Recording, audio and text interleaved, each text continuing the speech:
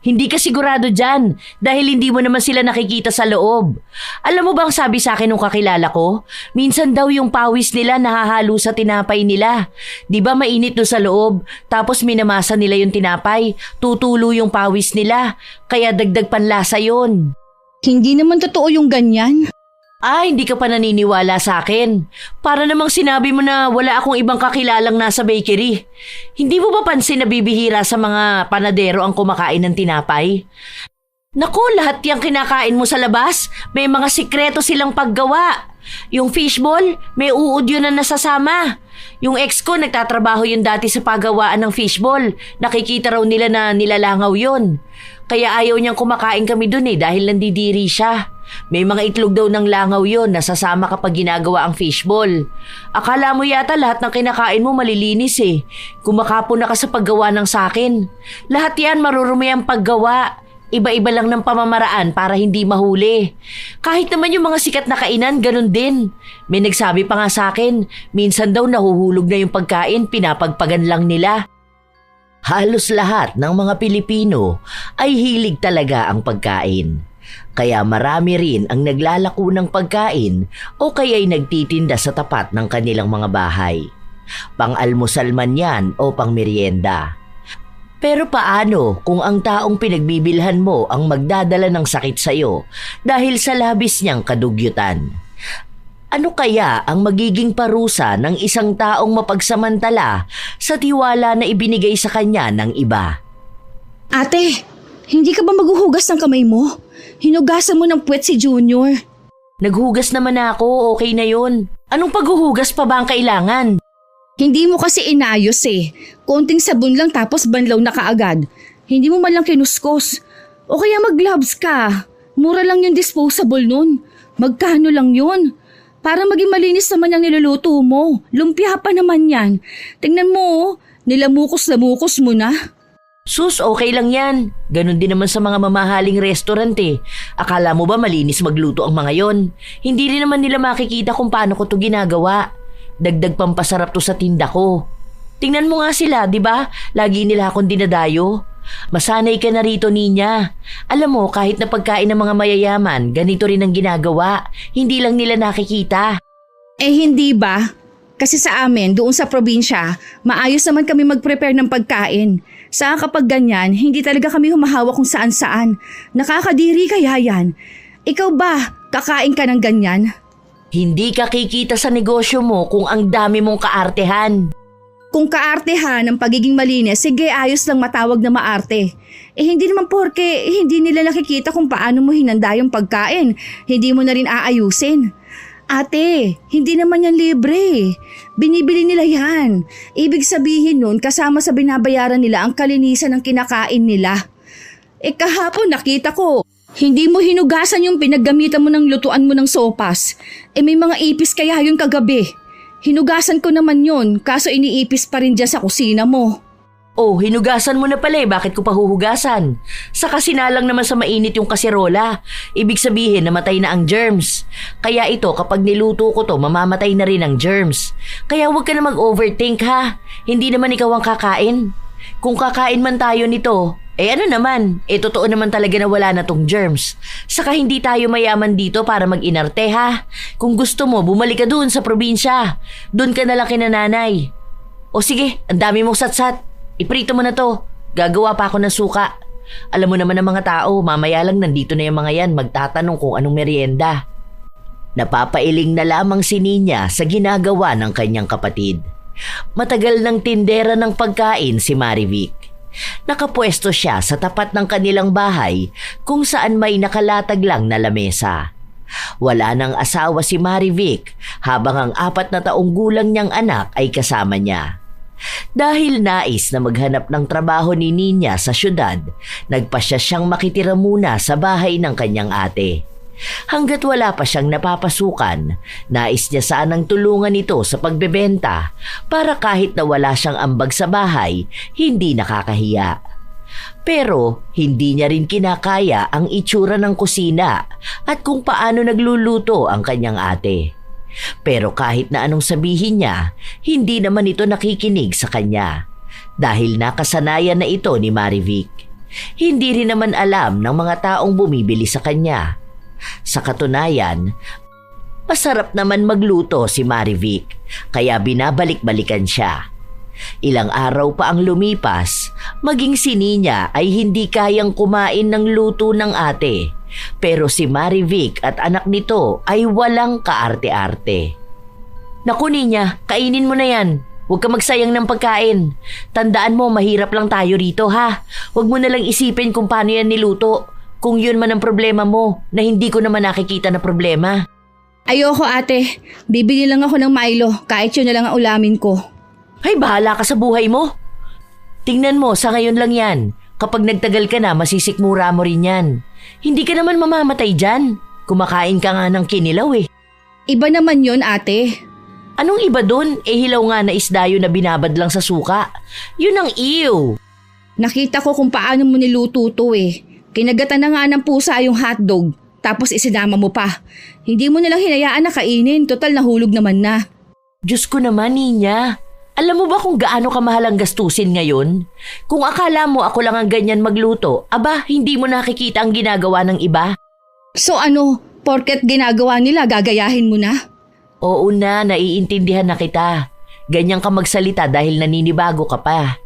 Gets kita, huwag ka mag-alala. Alam ko rin na darating ang araw na maiintindihan mo ko kung bakit ko ba ginagawa to. Wala ka pa kasing responsibilidad sa buhay, kaya akala mo ganun lang kadali ang lahat. Kapag nagnenegosyo ka na, malalaman mo rin kung bakit ko to ginagawa. Kung mahal na pala ang bilihin, bakit hindi ka nalang magtaas ng presyo? Tapos saka ka bumili ng maayos na gamit para sa pagluluto mo. Tapos linisan mo tong kusina mo. Ilang beses ko na tong nilinisan eh. Kaso ang dami pa ring ipis. Dapat tapalan mo yung mga butas sa ilalim.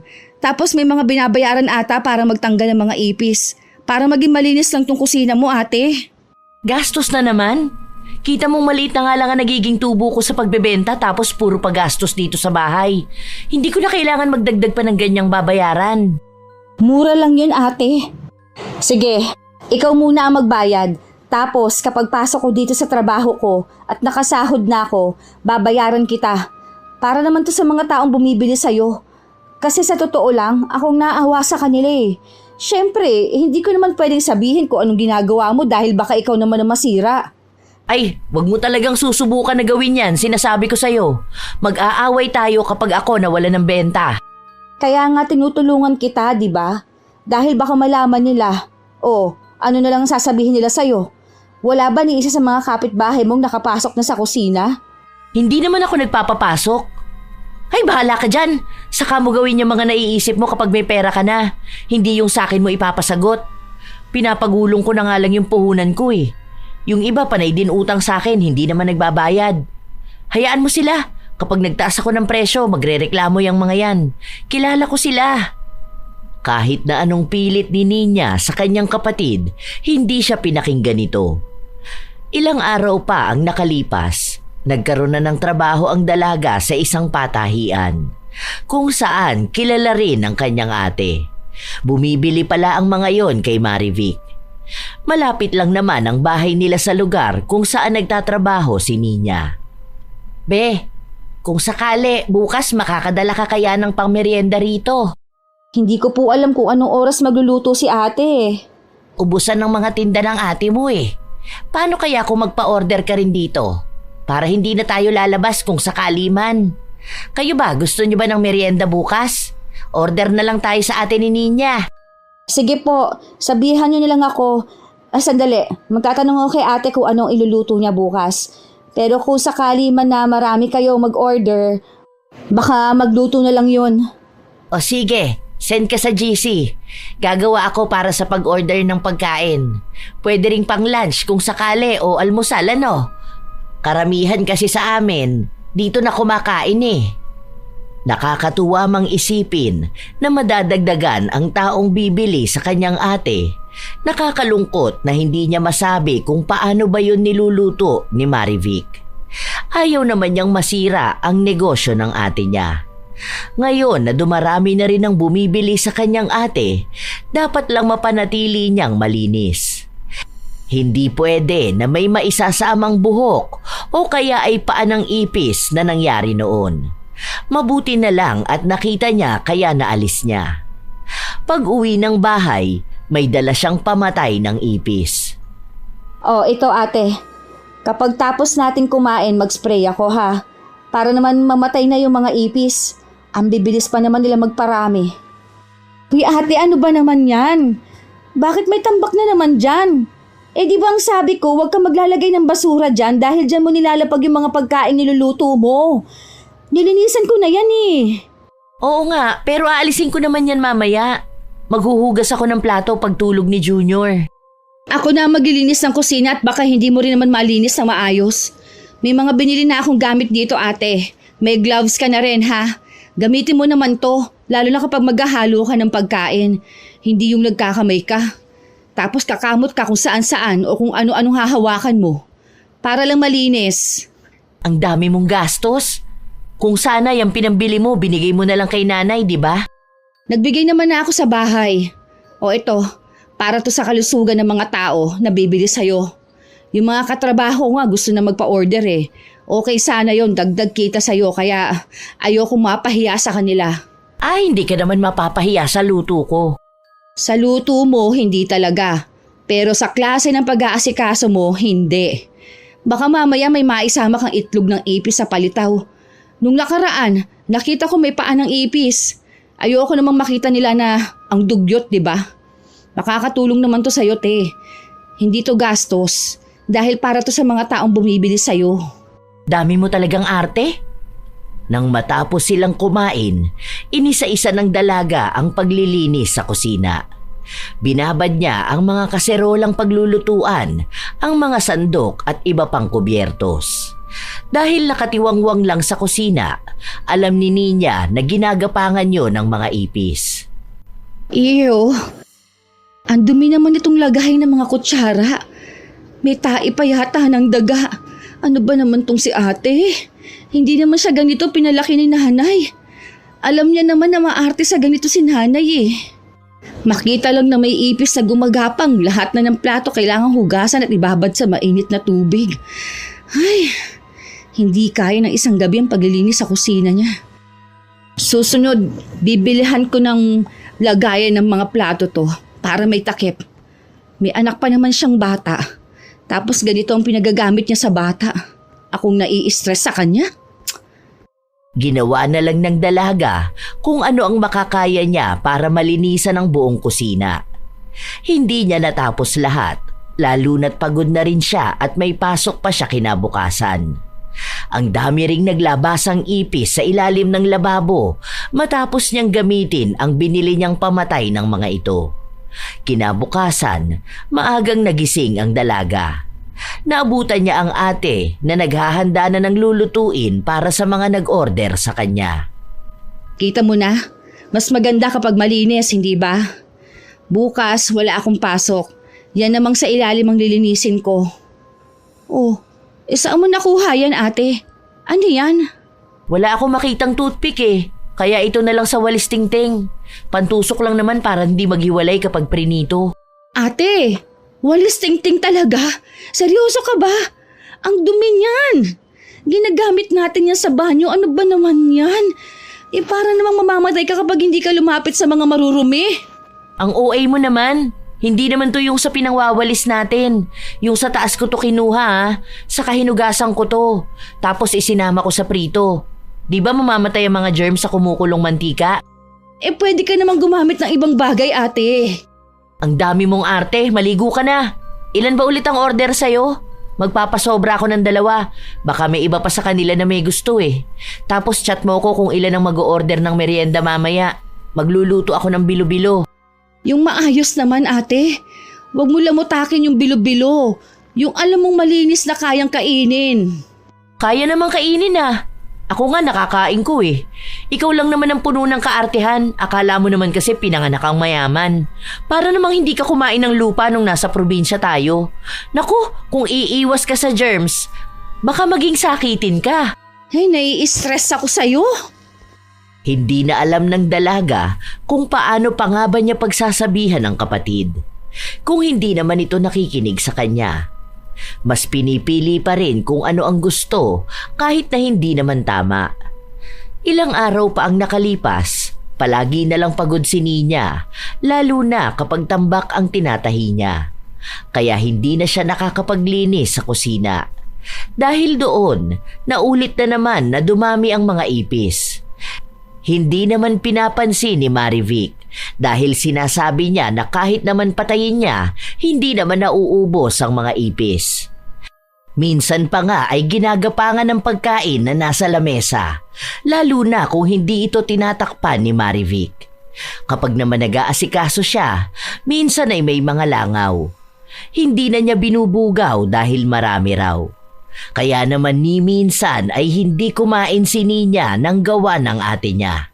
At mukhang napansin yun ng kanyang mga katrabaho. Hindi po. Sawa na kasi ako sa ganyan. Dati rin po sa probinsya namin, ganyan palagi ang niluluto sa bahay. Tapos kapag uwi ko, may mga natitira pong pagkain kaya yun ang kinakain ko. Ay, sa bahay, oo nga pala. Kahit nga yung mga nagtitinda sa panaderia, hindi rin kumakain ng tinda nila dahil sawa na sila sa tinapay. Akala ko ayaw mo dahil hindi maganda pagkakagawa Hindi, joke lang. Matagal na akong bumibili ng merienda sa ate mo. Lalo na kapag lumpia ang ginagawa niya. Naku, ang sarap kasi ng lasa Minsan lang may buhok. Sabi ko nga po kay ate na mag-hairnet siya. Meron naman po. Kasi minsan hindi na iiwasan na may pumuslit Understandable naman. Kahit nga sa ibang kainan minsan may buhok Medyo nakakadiri lang pero inaalis ko na lang tapos kakainin ulit. Sayang masarap din naman kasi.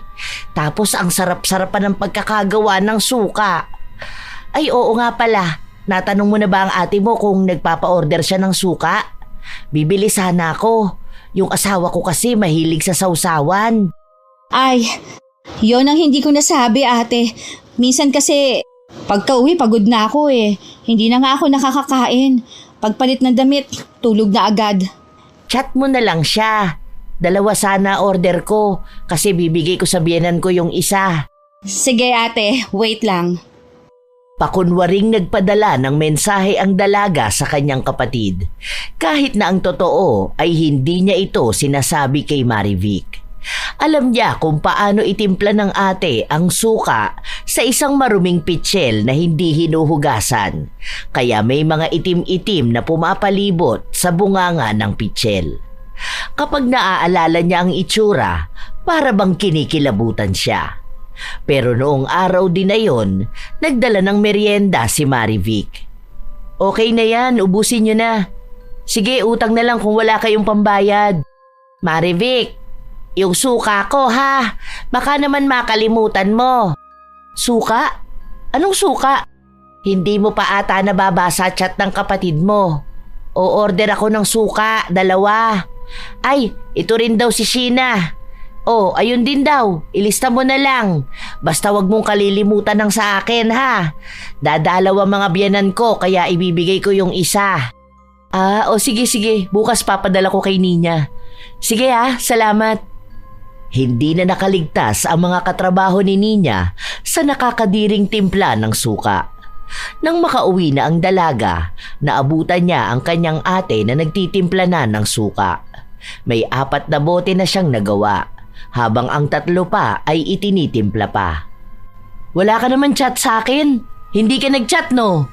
Sayang tong pa-order na suka. Hindi ko naman alam na gusto nila. Hindi naman sa ayaw ko silang bumili.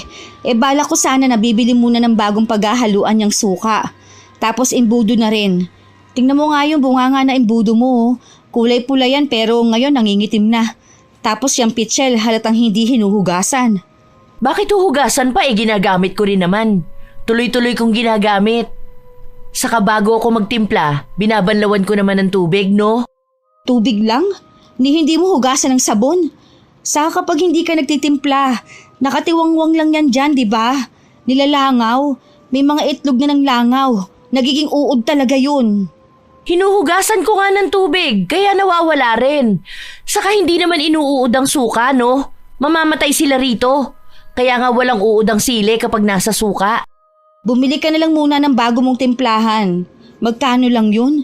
Wala pang 50 yun, may pitsil at imbudo ka na, no? Bago pa. Yang 50 na yan, tubo ko na yan. Nalugi naman ako kung ganun. Okay lang yan, hindi naman nila alam kung paano ko yan tinimpla. Saka malinis din naman yan. Suka yan eh. Hindi yan kakapitan ng germs kaya huwag kang OA sa mga kaartehan mo. Sa susunod huwag mo itatago sa akin lalo na kung may mga order sila. Dapat nga tinutulungan mo ko eh. Tinutulungan naman kita ate. Ang problema ko lang yung kalusugan nila. Hindi naman sila nagkakasakit, di ba? Ganun talaga yun kasi sanay na ang katawan nila. Hindi na sila nagpapatalo sa mga germs na yan. Alam mo kung bakit?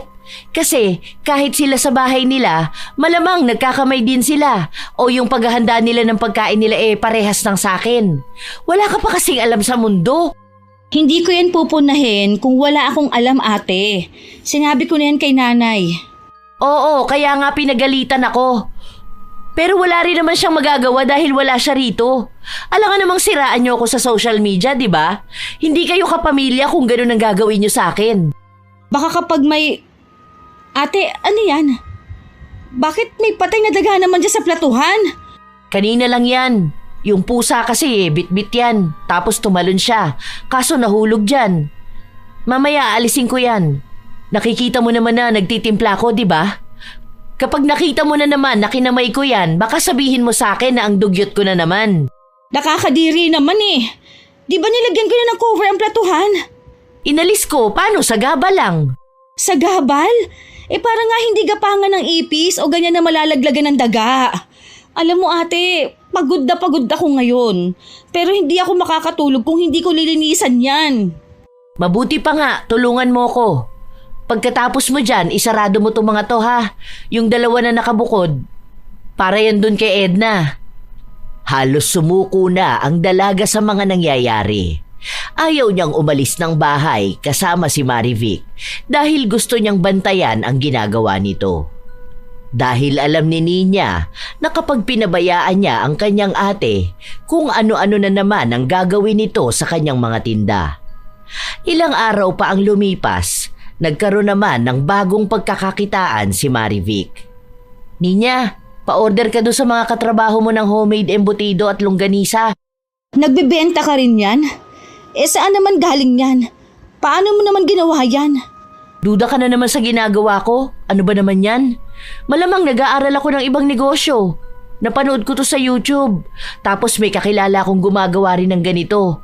May niluto ako dyan, tikman mo. Ayoko ate. Magtatanong na lang ako sa kanila kung may kakilala ba sila. Magdala ka bukas tapos patikim mo sa kanila. Masarap to. Kanina nga kumain kami ni Junior eh.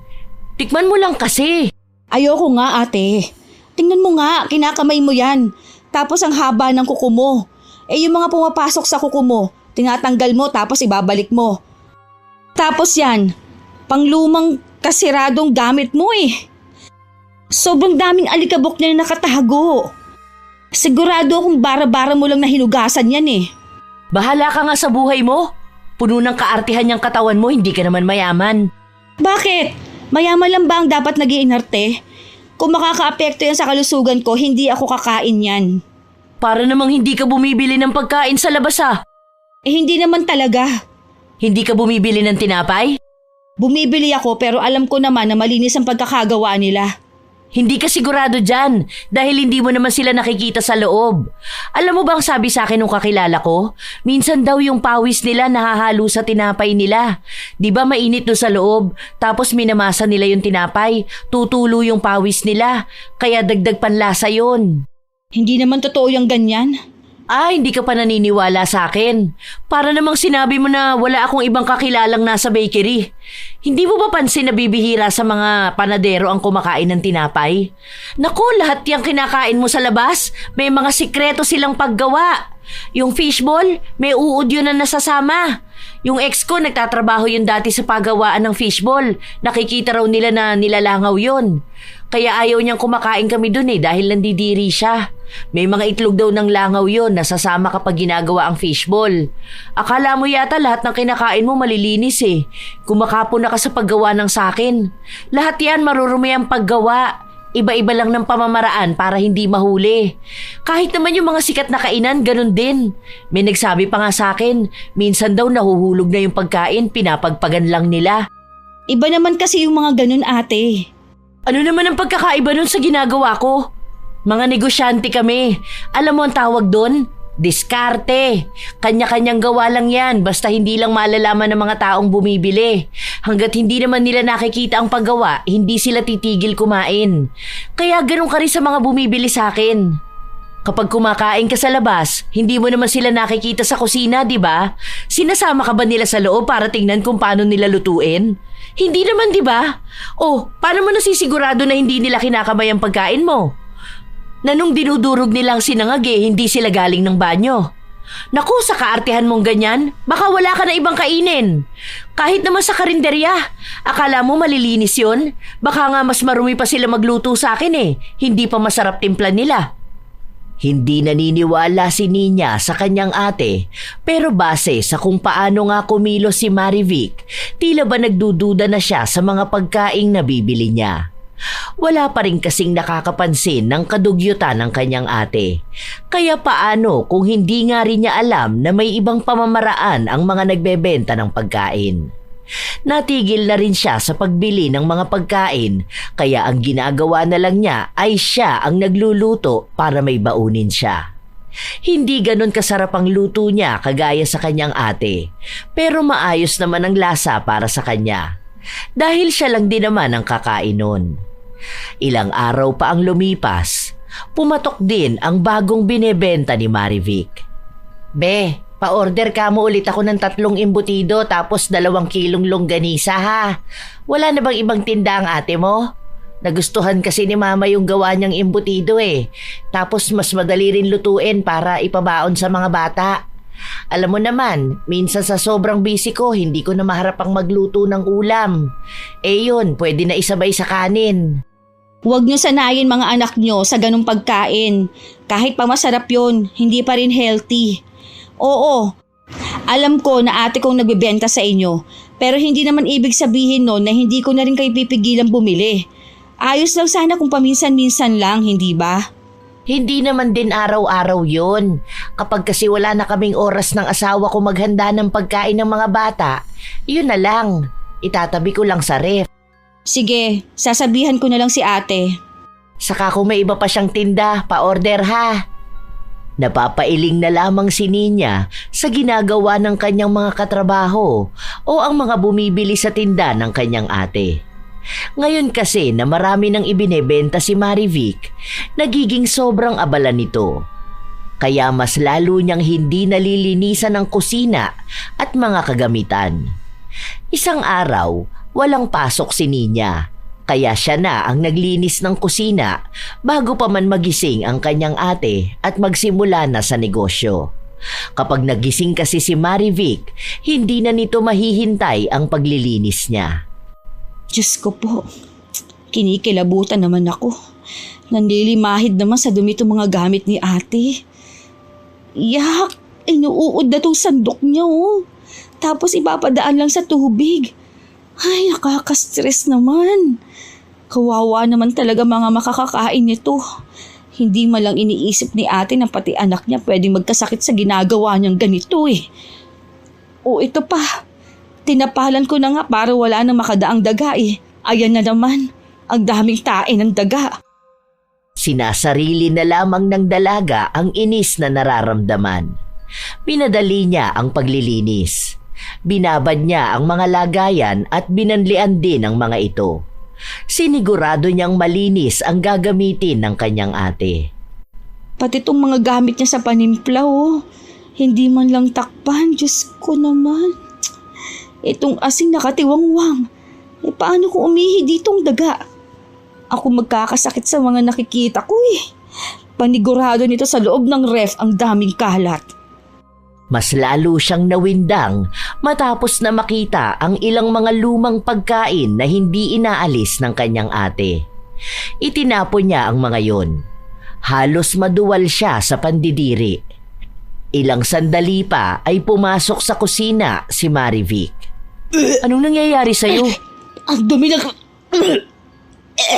Ang dumi ng ref. Hindi ko kinakaya. Hindi naman yan marumi. Hindi. Tingnan mo nga. Mga nabubulok na to mga to. Itong patatas, wag na to. Tingnan mo nga ang kulay, nakakalason pa naman to. Para namang hindi mo to alam, ate. Tinuro na sa atin to noon ni tatay eh. Oo. Hindi ko naman din yan ginagamit. Magluluto sana ako niya nung nakaraan kaso nakalimutan ko na. Natabunan na pala dyan. Paraan ako, magluluto na ako ng macaroni spaghetti. O ano yan? Giniling, malamang. Bakit nakalagay dyan? Pinakuluan ko kahapon bago ko ilagay sa ref. Papakuluan ko na lang ulit ngayon. Hindi na kumibo ang dalaga. Nagpatuloy lang siya sa kanyang paglilinis hanggang sa lumipas ang ilang sandali, nakaamoy siya ng tila bulok. Noong una, akala niya'y galing sa basura pero napagtanto niya rin na ito ang nilalaga ng kanyang ate. Ang baho naman, ate. Hindi pa ba sira yan? Baka naman sumakit ang tiyan nila. Hindi yan. Kaya nga pinapakuluan ko maigi para walang matirang lasa. Saan mo yan nabili? Sira na talaga yan, wag na yan. Ipakain mo na nga lang yan sa aso. Ate, maawa ka naman sa mga bibili ng pagkain sa'yo. Paano kung ipakain nila yan sa mga anak nila? Baka naman ma-ospital sila at magkasakit. Itapon mo na yan, ate. Ano? Ang mahal-mahal ng bilihin ngayon tapos gusto mong itapon ko yan? Binigay lang yan sa akin, saka pwede pa naman yan no? Nung nakaraan ganyan din naman yung ginamit ko. Pang-apat na pakulo ko naman na yan. Ibig sabihin yan, okay na yan. Hindi naman siguro nakakamatay yan, di ba? Paano hindi nakamamatay? Ma-food poisoning pa mga tao, lalo na mga bata. Hindi naman na food poisoning si Junior. Wala yan, okay lang yan. Kung nababahuan ka, lumabas ka na lang muna. Magluluto ako dahil mamaya may magtatanong na sa akin kung anong benta kong almusal. Oh, nasan yung garapon dito? Yung lalagyan ng magic sarap. Wala na, nilinis ko na, tinapon ko. Ha? Bakit mo naman tinapon? Alam mong ginagamit ko yung panluto. Ang dami pa nun ah. Hindi na yun pwede, ate. Nagtutubig na tapos ang dumi. May maliit na ipis akong nakita. Bumili ka na lang ng bago. Sa susunod, ate, kapag natapos mo ng gamitan, takpan mo naman. Alam mo naman na ang daming peste dito sa loob ng kusina mo eh. Ano ba naman yan, Ninya? Alam mo ang mahal ng bilihin ngayon, nag-aaksaya ka pa talaga? Ang dami pa nun eh. Magagamit pa naman yun. Mas mahal ang magpa-ospital kung magkakasakit dahil sa ginagawa mo. Awa na lang sa mga taong yun, ate. Mahihirap lang kamo tayo. Kaya paano ma-afford ng mga tao magpa-ospital? Mas malala pa niyan kapag nalaman nila na dahil sa'yo, baka pagbayarin ka. Isa pa, kapag nagkataon na may magtingin dito sa bahay, tapos nakita nilang ganito kadugyot, aba, baka makulong ka pa, ate. Ano, kapag nagne-negosyo ang tao, kukulong nila? Hindi naman basta sa ganun lang, ate. Ang hirap mo naman pagsabihan, no? Nakakaano ka naman na dyan? Ang tinutukoy ko, babagsak ka talaga kapag may inspection dito. Lalo na't hindi malinis ang lugar na pinaglulutuan mo. Hindi naman yan basta lang negosyo, ate. May buhay na nakasalalay dyan sa ginagawa mo. Hindi yung sa pagiging maarte. Dahil baka pagmulan pa ng malalang sakit yung ginagawa mo. Tingnan mo, ginagapangan ng ipis, iniihian ng daga, tapos iniitlugan ng langaw. Tapos ano, ang gagawin mo lang, kakaukawan lang ng tubig. Ano yun? Hindi ka maghuhugas ng kamay mo tapos lalamutakin mo yung pagkain. Tapos ang rason mo lang, pinapakuluan naman. Hindi, porket pinakukuluan ng pagkain, ate, magiging safe na ha. Pwede rin yung maging dahilan para magkaroon ng bulate mga bata. Yang anak mo, malamang yan meron na yung bulate. Kaya hanggat hindi pa huli ang lahat, hanggat wala pang napapahamak, itigil mo na yan, ate. Kung gusto mo talaga magnegosyo, sige, go lang basta alam mong malinis ang lugar mo. Huwag mo nang ikatwira na gano'n ang ginagawa ng iba kaya ayaw mong maiba sa kanila. Kasi ate, hindi lahat ng negosyante ganyan sa'yo. Dahil meron ding mga nagtitinda ng pagkain na malinis ang paggawa. Hanggat may bumibili sa akin, magne-negosyo ko. Ano ba? Naiinggit ka ba sa akin? Dahil ako nasa bahay lang may negosyo, tapos may mga bumibili?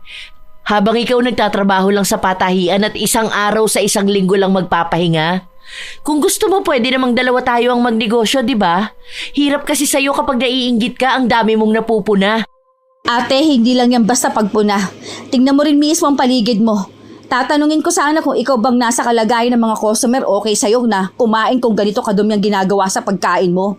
Kaso naalala ko, oo nga pala, ayos lang sa'yo. Dahil ikaw naman din mismo ang kumakain ng karumihan mo. Oh, mukha naman yatang nasagot na ang tanong mo. Baka pwedeng hayaan mo na ako magluto.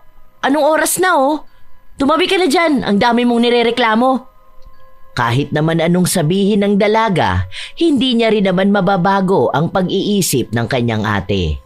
Maging ang mga taong bumibili sa kanya. Dahil pansin pa rin ni Ninya na talagang tinatangkilik ang benta ng kanyang ate. Minsan, nakakarinig siya ng mga bata o matatanda na nagluloko ang tiyan pero hindi yun sinisisi sa kinain nilang luto ni Marivic. Hindi tuloy alam ng dalaga kung paano pa niya mapipilit ang ate na maging responsable naman sa kusina. Ayaw niyang isumbong sa mas nakatataas dahil naaawa rin naman siya. Mag-isa lang tinataguyod ni Marivic ang anak. Hindi naman nagsusustento ang ama ng bata. Nagbibigay naman si Ninya sa bahay, lalo na sa bayad sa kuryente. Pero kung sakali na makasuhan ng kanyang ate, maaaring magbayad ito ng mas malaking danyos. O kung malala pa, ay makulong. Kung mangyayari yun, sino na lamang ang mag-aalaga sa anak nito? Kaya ang naiisip na lang niya, mapilit ang ate na maging maayos sa kanyang mga gamit. Ilang araw pa ang nakalipas, nadagdagan na naman ang binebenta ni Marivic. Pati siomai ay naisama na niya sa listahan. Ate, ito na yung order mo siomai tapos embutido. Yun! Salamat, be! Ang sipag ng ate mo, ano? Grabe, ang dami niyang nagagawa sa isang araw. Tapos may inaalagaan pa siyang anak. Buti hindi siya nahihirapan.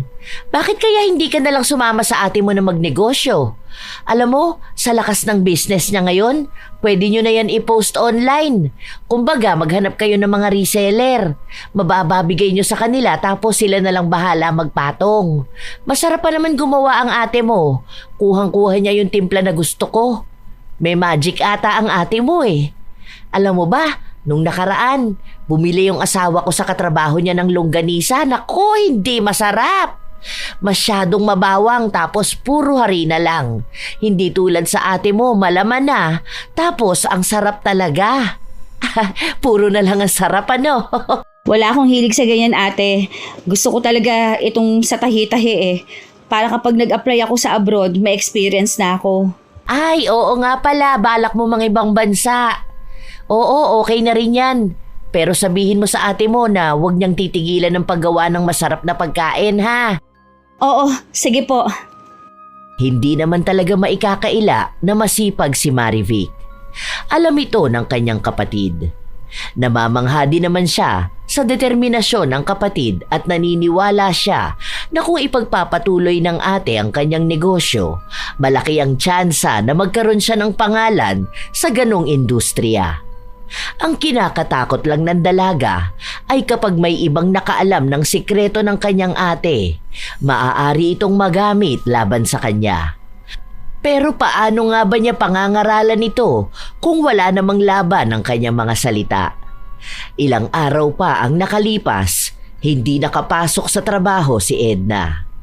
Ang akala ni Ninya, normal na pangyayari lang yon na baka may kailangan siyang gawin.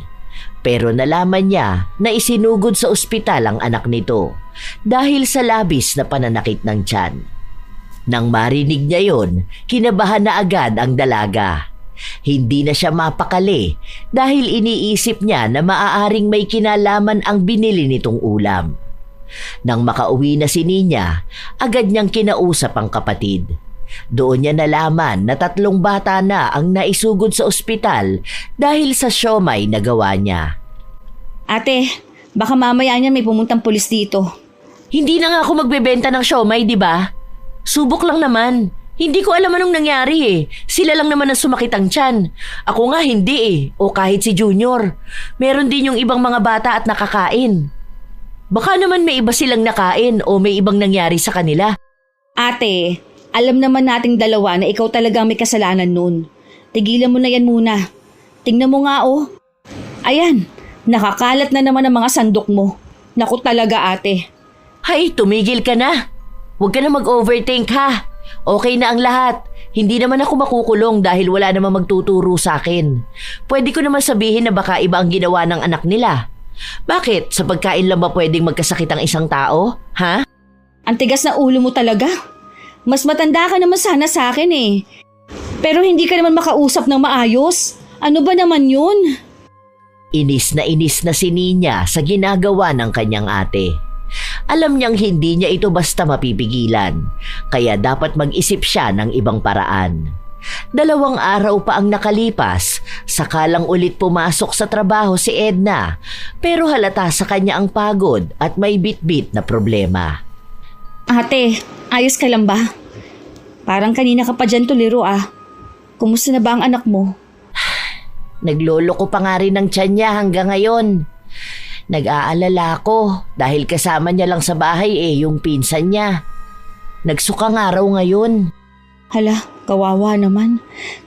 Hindi ka ba pwedeng mag-leave muna? O kaya uwi ka na muna, di ba?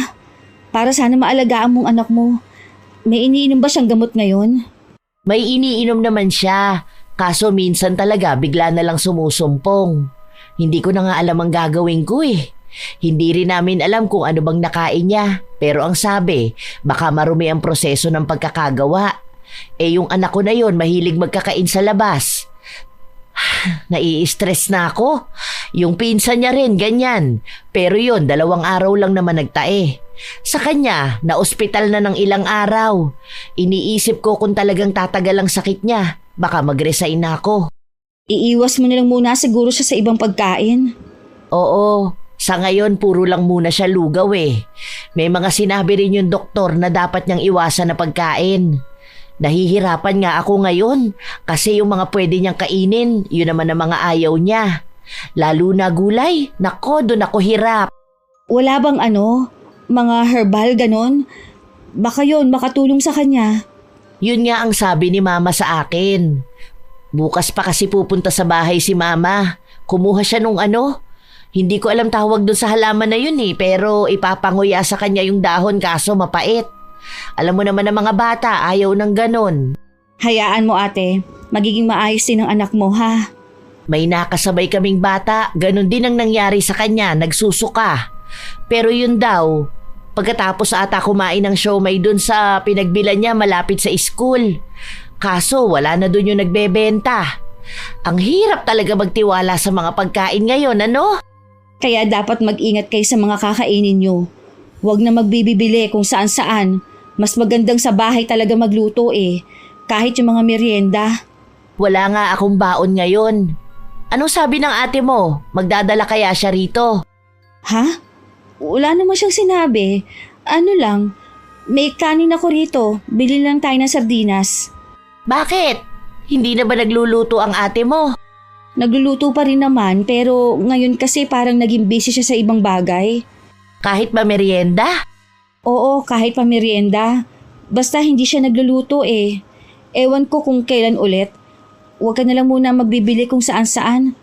Naku, baka kapag 2 pa kayo ng anak mo magkasakit, kawawa talaga kapag ganun lang nangyari. Kaya huwag ka na muna magbibili kahit kay ate.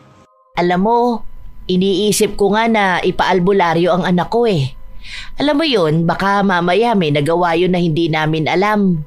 O nakasanggi siya ng hindi nakikita. Totoo ba yung mga ganyan? Di ba ang albularyo para lang sa mga nakukulam? Ganun?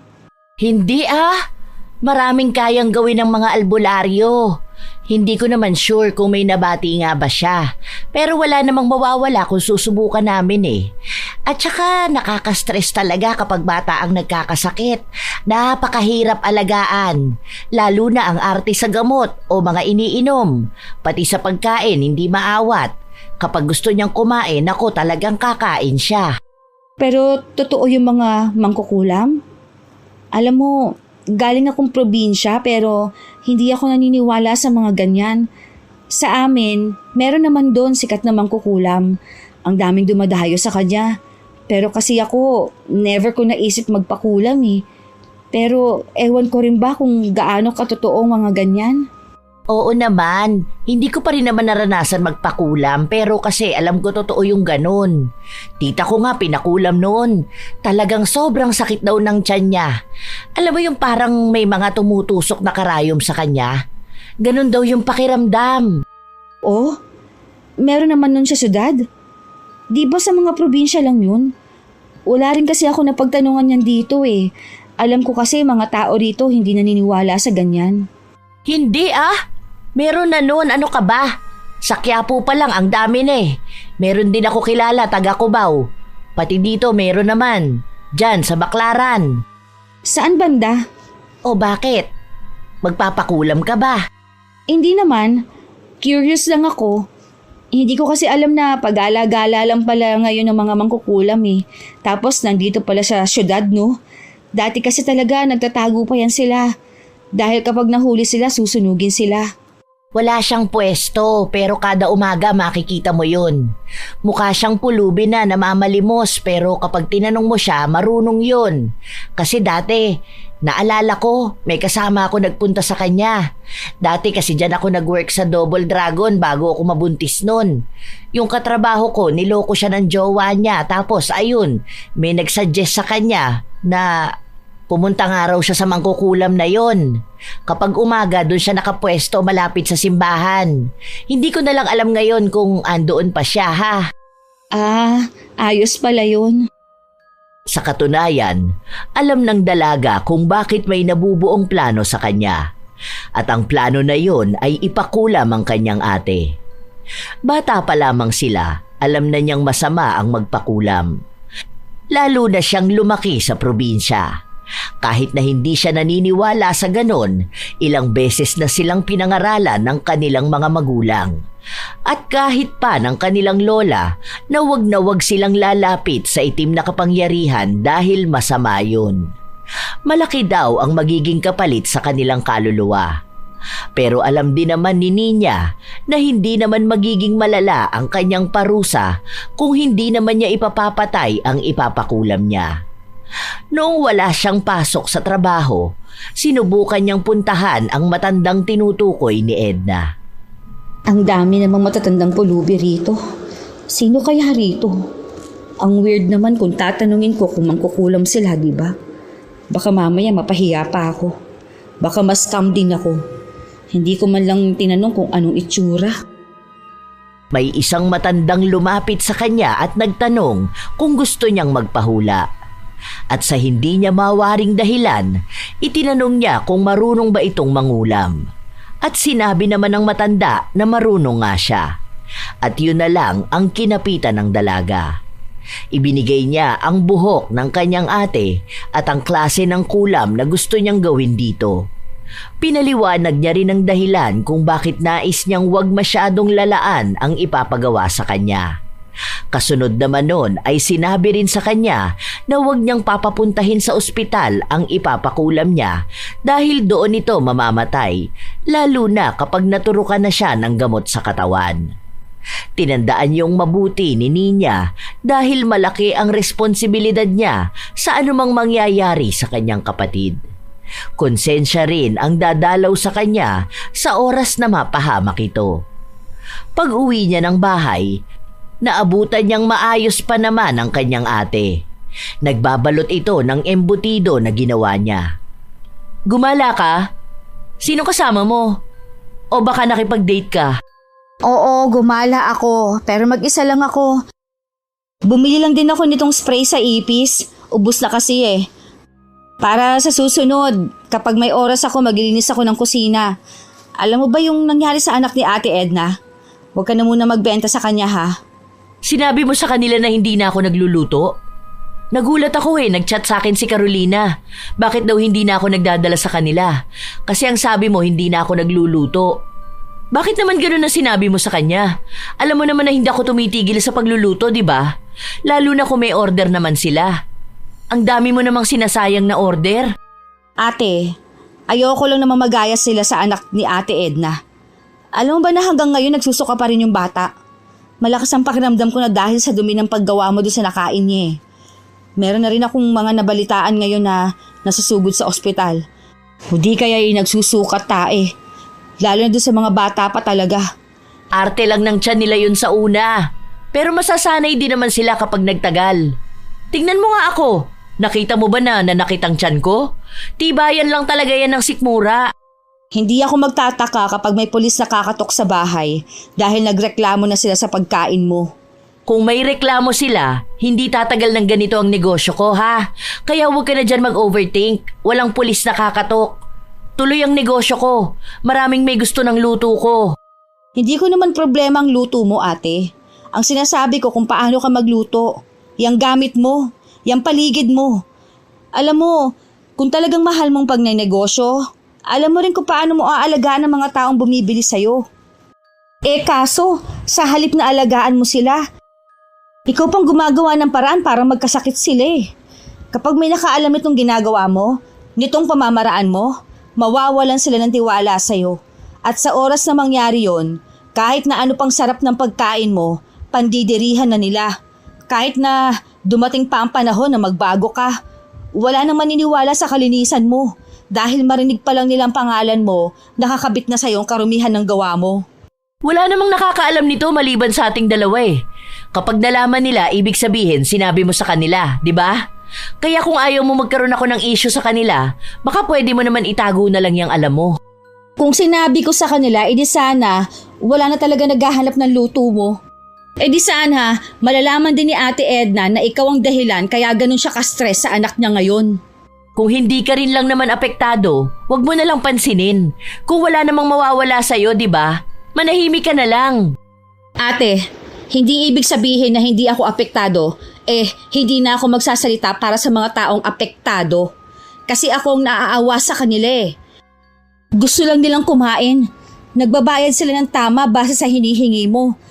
Tapos ang kakainin nila, may malaking kapalit sa kalusugan nila. Alam kong malalaman mo lang ang mali sa ginagawa mo kapag ikaw na mismo ang apektado. Hindi pa alam ng dalaga kung kailan ba eepekto ang kulam na pinagawa niya para sa kapatid. Kinabukasan, maagang nagising si Nina dahil ginigising siya ng kanyang pamangkin. Hindi niya alam kung anong nais nitong sabihin sa kanya. Pero alam niya na maaaring may nangyayaring masama kay Marivic. At tama nga siya. Naabutan niya ang kapatid na nasa kusina at nagsusuka. Ate, ano nangyayari sa'yo? Okay ka lang ba? Hindi nga eh. Ang sakit ng tiyan ko.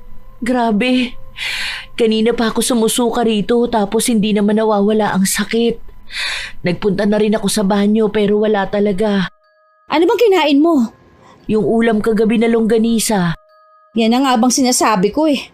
Huwag mo na nga akong pangaralan. Nahihirapan na nga ako eh. Hindi ako masyadong makakilos. Aray, sobrang sakit.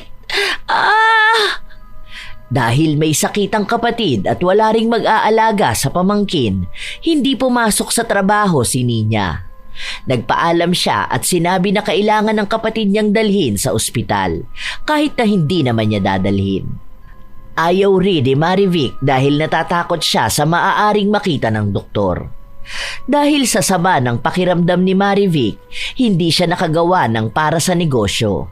Nakahiga lang siya habang namimilipit sa sakit ng kanyang tiyan. O ano na? Masakit pa rin ba, ate? Oo.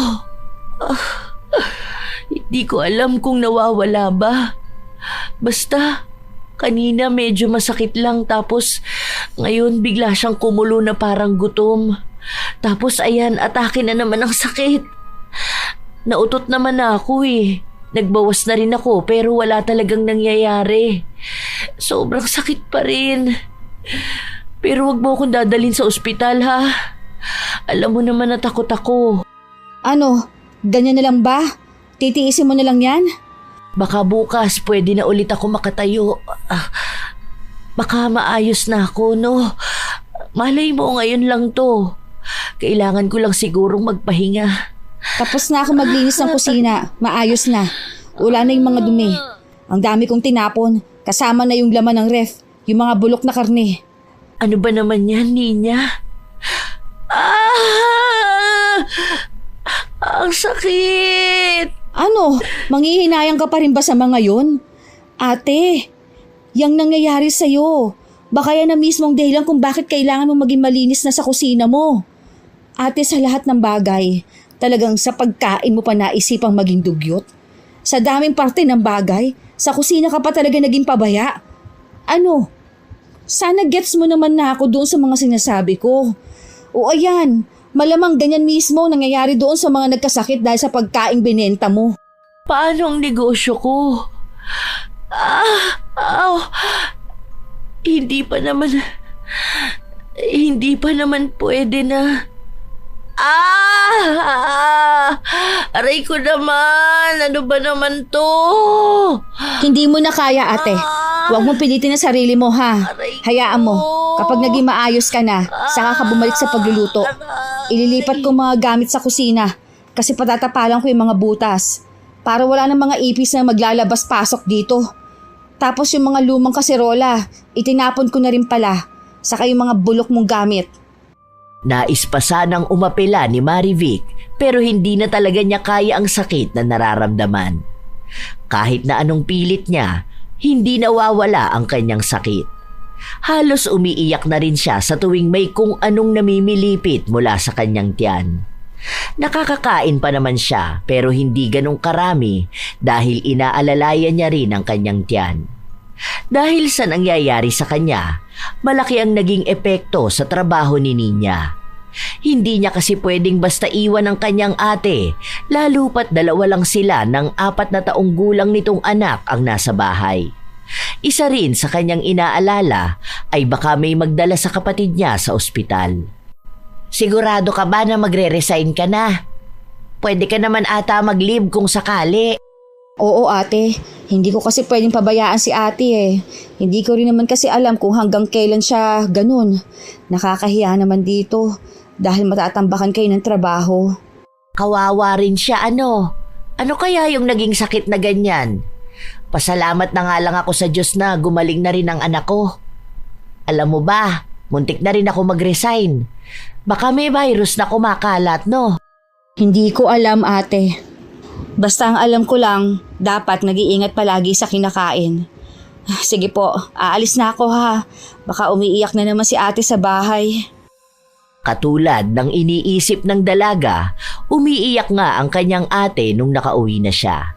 Hindi na raw kasi tumigil ang paghapdi ng kanyang tiyan. Mayat maya na rin siyang nasa banyo. Minsan sumusuka rin siya. Baka sa mukha niyang hirap na hirap siya. Nagbabalat din ang kanyang mga labi. Malamlam ang mga mata at namumutla. Hindi ko na talaga kaya to, Nina. Alam mo, kanina nung sumuka ko, akala ko mamamatay na ako. Sobrang hapdi ng tiyan ko. Wala akong maisuka kaya ang asim ng lalamunan ko. Tapos kulo ng kulo ang tiyan ko. Sobrang sakit talaga. Sobrang nanghihina ako. Dito na lang ako sa bahay para may bantay ka. Para may mag-alaga na rin kay Junior. Anong pagkakakitaan natin? Pwede naman ako magluto. Hindi nga lang kasing sarap ng luto mo. Pero kapag mga merienda, okay na yon. May natutunan naman ako kay nanay eh. Lalo na kapag mga kakanin o puto. Malaking tulong na rin yon. Dahil magkakapera tayo kung magkakabenta ako. Sana gumaling na ako. Hindi ako sanay na nandito lang ako sa bahay tapos walang ibang ginagawa. Habang nag-uusap ang magkapatid, may ilang beses na kumatok sa kanilang pinto. Nang buksan yun ni Nina, may 2 pulis at 2 babae na hindi naman nila kilala.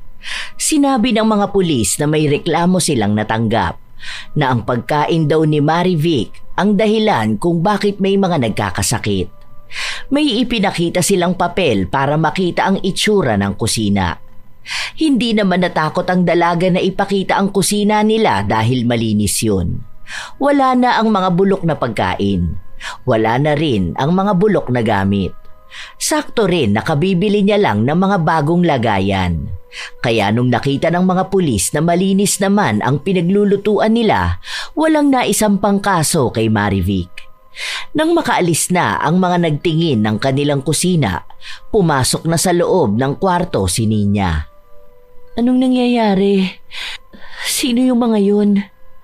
May bisita ba tayo? Mga katrabaho mo ba? O kung may bibili sana ng pagkain? Mga pulis, ate. May mga nagrereklamo raw na nagkakasakit sila dahil sa pagkain niluluto mo.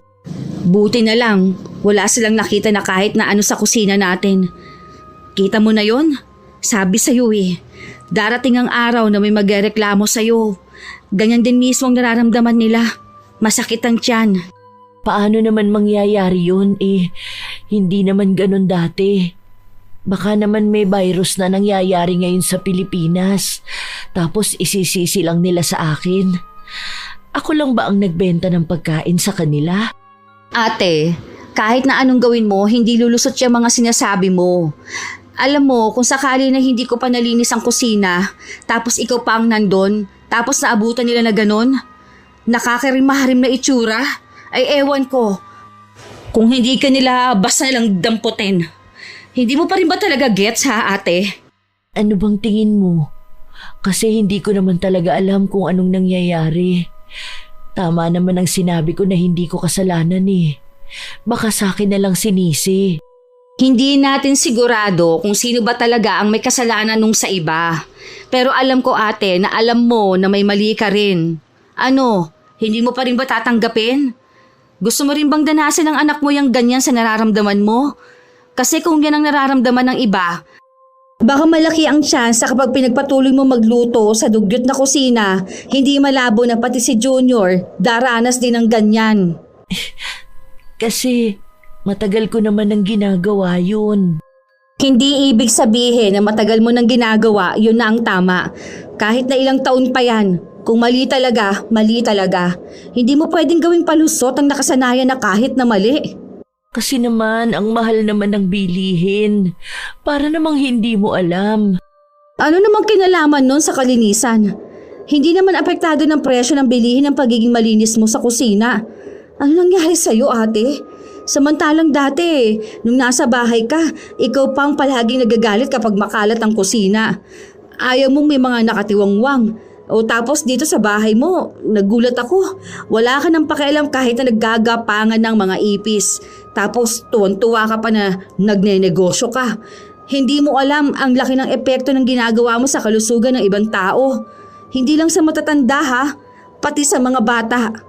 Hindi ko rin alam kung anong nangyari.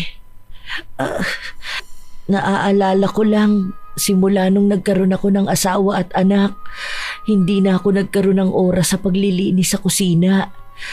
Tapos nung naghiwalay kami ng asawa ko, mas lalong hindi ko kinayang maglinis. Parang hirap na hirap akong maghabol ng oras. Ang alam ko lang, basta makapagluto ako, okay na yun. Inaayos ko naman ang lasa. Pinapakuluan ko naman talaga. Lagi akong naghahabol ng oras. Kaya kapag naglinis pa ako, parang malaking oras ang masasayang sa akin. Yung oras sana na yun, gagamitin ko pa para sa iba pang negosyo. Naiintindihan ko ang pangangailangan mo para sa anak mo, ate. Na gusto mong todo kayod para sa kanya at sa kinabukasan niya. Wala namang masama sana kung ganun Kaso, sa kahahabol mo ng oras, kinabukasan naman ng ibang nasira.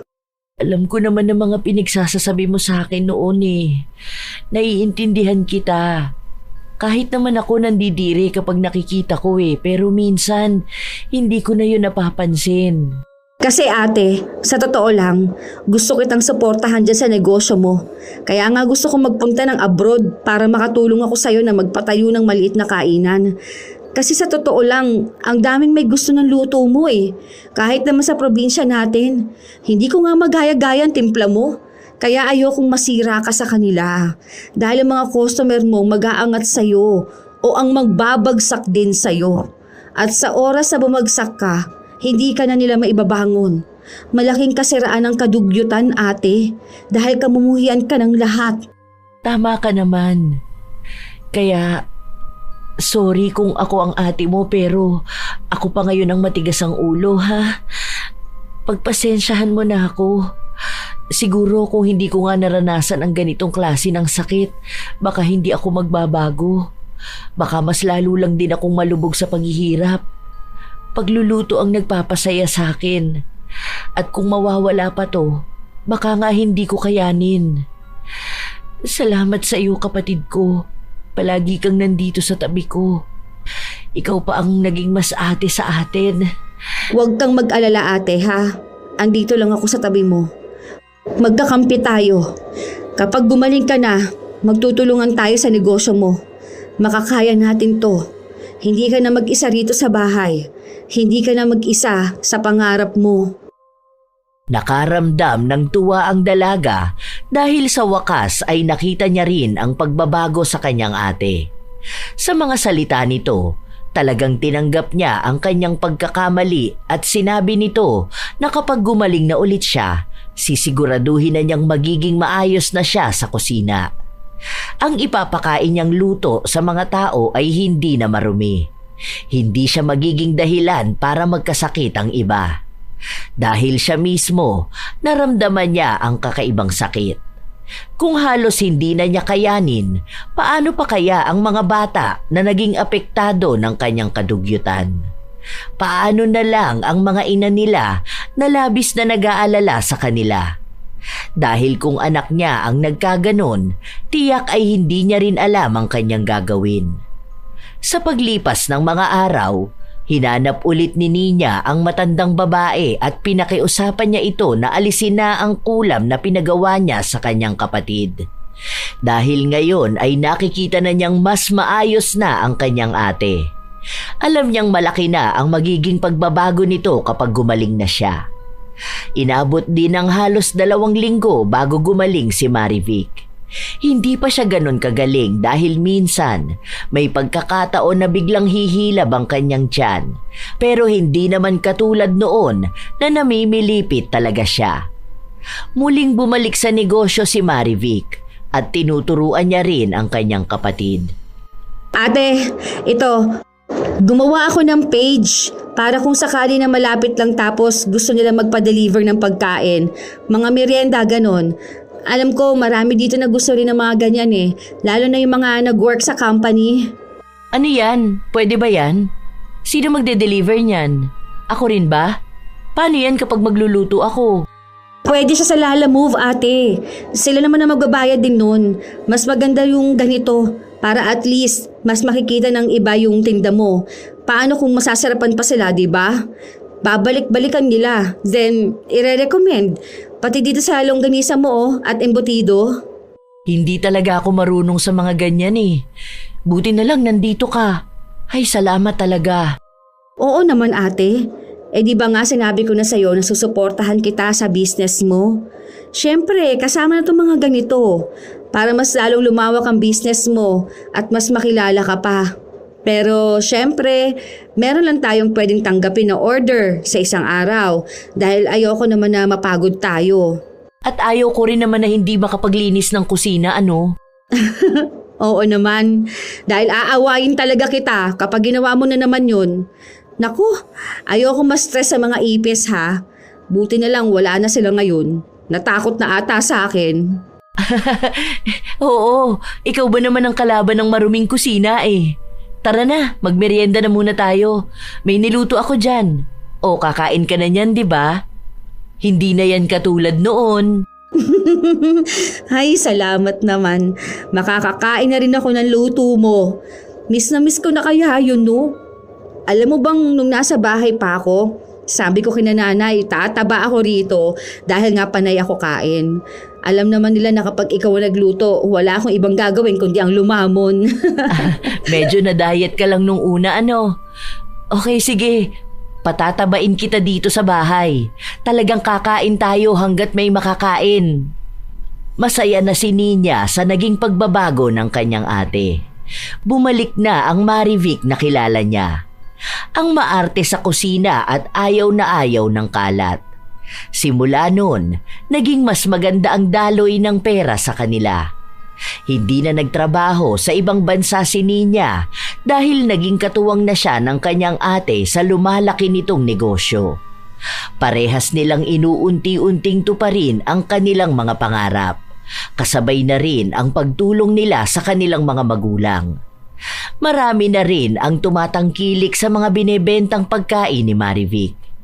May mga iba na nagdududa sa kalinisan ng paghahanda ng pagkain, pero sa pagkakataon na ito ay kaya ng patunayan ni Marivic na maayos na niyang iniluluto ang mga pagkain. Mula sa malinis na kagamitan hanggang sa maayos na mga rekado. Sinisigurado niyang dekalidad ang bawat binebenta niya. Nakikita rin naman ng mga tao ang kalinisan niya, kaya mas lalo siyang dinaragsa. Maging si Ninya ay natuto na ring magluto. Yun lang naman ang nais ni Ninya. Itinago niya rin sa kahit na sino ang sikreto niyang pagpapakulam sa kanyang ate. Alam naman niyang masama yun, pero naroon pa rin ang tuwa na kung hindi niya ginawa yun sa kapatid, marahil ay hanggang sa kasalukuyan, nababalot pa rin ng dumi ang lugar na pinaglulutuan nito. Masisira ang kanyang pangalan at hindi sana magiging ganon karami ang magtitiwala at magmamahal sa kanyang pagluluto.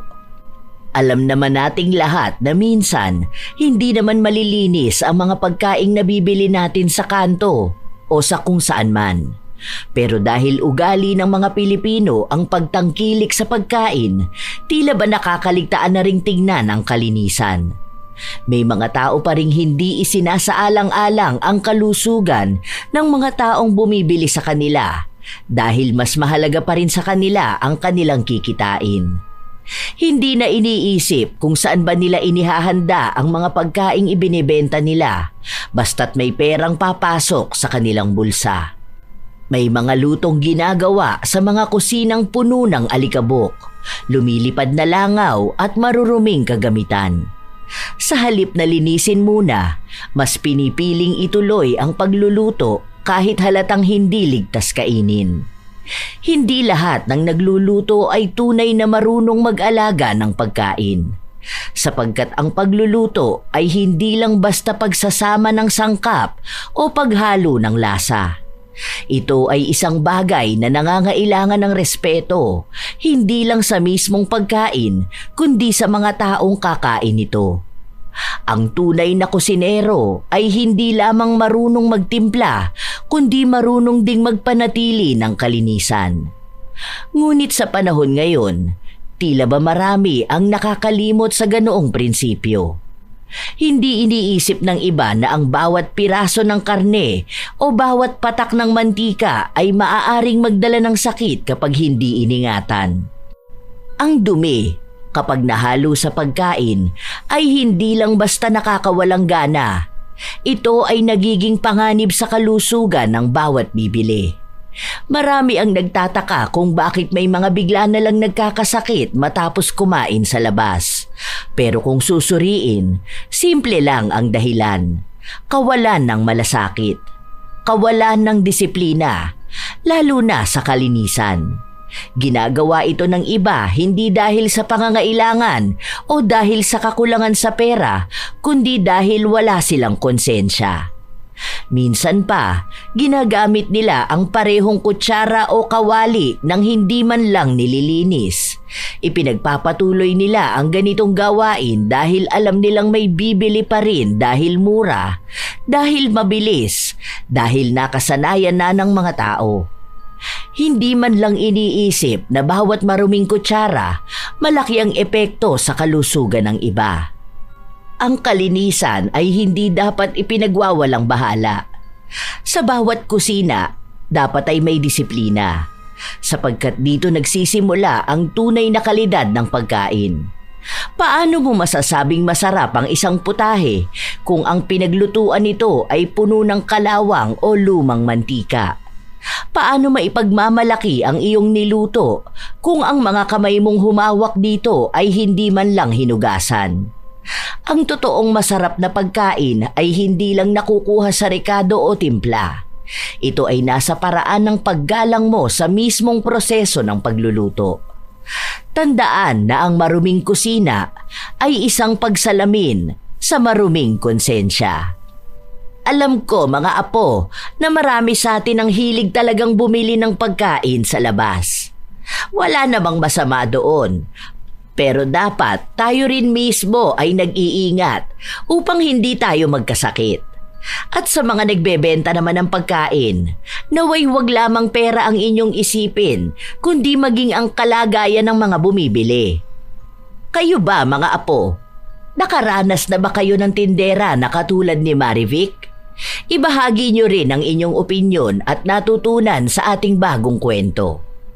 Shout out sa ilan sa mga masusugid na tagapakinig ng mga istorya ni Lola Telang. Iris Ray, Lloyd, Lovely, Kim, Ruby at Nads, Lorena Morate, Bingbing Acevedo, Ramona R, Tats 765, Maria Therese Alimios, Jennifer Masangkay ng Oriental Mindoro, Corina Realubit, Mary Ips ng Miyazaki, Japan, Giovanni Divina Gracia at sa kanyang asawa na si Roxanne at sa anak niya na si Gia Dorothy, Gina Monesterial, Nora Datumanong, Jonaline Caronongan, Lilian Del Rosario, Maria Fe Horikiri. Shout out din sa inyo, Nora Mejia, Ruth Ann Migano, Ya Queen, Elgin TV Vlog, Pasiano Guerrero, VIPQW, Gina Lynn Tel-E, Estela Da Silva, Arlene Torquiza, Hiramini, Desiree Reganit, Rafael Caballero, Cresilda Sotil, Lani Capile, Rebecca Katipay. Maraming salamat sa lagi ninyong pagsubaybay. Phils Valdeabella, June Muhar, Jelana Amanda, Abigail Almendras, Winter Han, 1061, Romina Buado at Angelo Dizon ng Marikina City, Augusto Forte Jr., Jovelyn Medez, Rizo Yu, Tibong Racelis at sa Bindery HP Print, Melinda Aurelia, Corazon Cacalda, Nailen Alaba, Marfel Reyes, Tutsi Roll, Karil Padua, Joseph Apego, Jerry Mukbang ASMR, Romeo Vu, Madel Quadrasal, Mary Grace Vico at sa kanyang mga kasamahan sa trabaho na sina Joe Frank Dejos at John Lloyd Dejos ng Tibalog, Santo Tomas. Ito ang inyong Lola Telang at maraming salamat sa inyong pakikinig mga apo.